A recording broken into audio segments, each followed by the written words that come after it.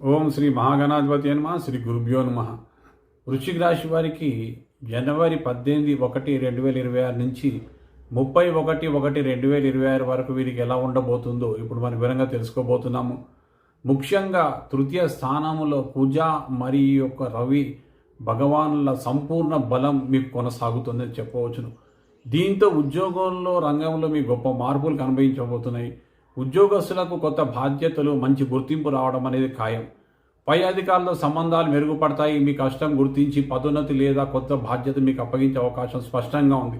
మరి సూర్య భగవాన్ ప్రభావం వల్ల మీ ఆత్మవిశ్వాసం పెరుగుతుంది, మీ మాట విలువ పెరుగుతుంది, ఇంటర్వ్యూలు, మీటింగ్లలో విజయం సాధిస్తారు.